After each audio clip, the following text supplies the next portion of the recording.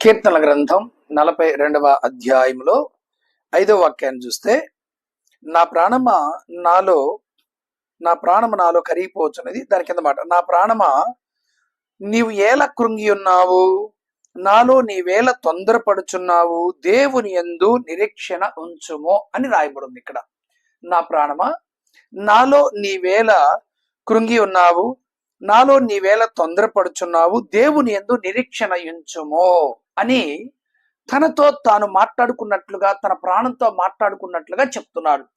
ఈ రోజుల్లో కూడా ప్రియమైన దేవుని బిడ్డలారా, చాలా మంది వారిలో వాళ్ళే మాట్లాడుకుంటూ ఉంటారు. మనం అనుకుంటా ఉంటాం, ఏంది ఆ వ్యక్తి అలా మాట్లాడుకుంటున్నాడు, పిచ్చి పట్టిందా, మెట్లెక్కిందా అని. కాదు కాదు, కీర్తనకారుడు చెప్పినట్లుగా తన ప్రాణంతో తను మాట్లాడుకుంటా ఉన్నాడు. నీవేళ తొందరపడుచున్నావు, నువ్వేలా తొందరపడుచున్నావు. చాలా మందికి తమ యొక్క జీవితాలు ఏది జరగకపోయినా తొందర.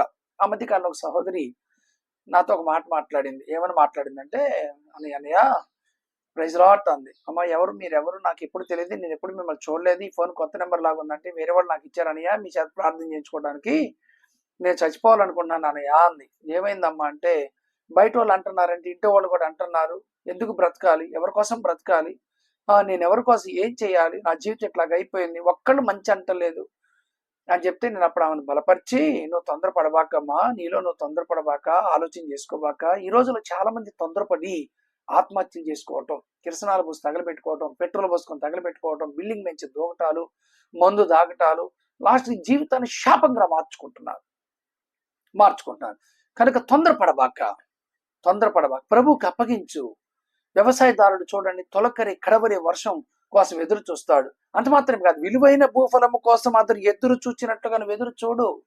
ఏదో ఒక దినాన్ని ఫలం వచ్చింది, ఏదో ఒక దినాన్ని దేవునికి ఫలం ఇస్తాడు. యాకోబు రాసినటువంటి ఈ యొక్క పత్రికలో రాయబడింది, వ్యవసాయదారుడు తొలకరి వర్షం కోసము, కడవరి వర్షం కోసం చూస్తాడు. ఆ వర్షం పడింది, ఎందుకు ఎదురు చూస్తున్నాడు? విలువైన భూఫలము నిమిత్తం ఒక ఫలం దేవునికి ఇస్తాడు, దానికోసం నువ్వు ఎదురు చూడాలి. ఎందుకు నువ్వు తొందరపడుతున్నావు? 6 నెలల పంట తొందరపడితే 3 నెలలకే పంట అయిపోద్దా? కాదు కదా. తగిన సమయంలో దేవుడిని హెచ్చించినట్లుగా ఆయన చేతి కింద దీన మనస్కులై ఉండాలి. బలిష్టమైన దేవుని చేతుల కింద దీన మనస్కులై ఉండాలి.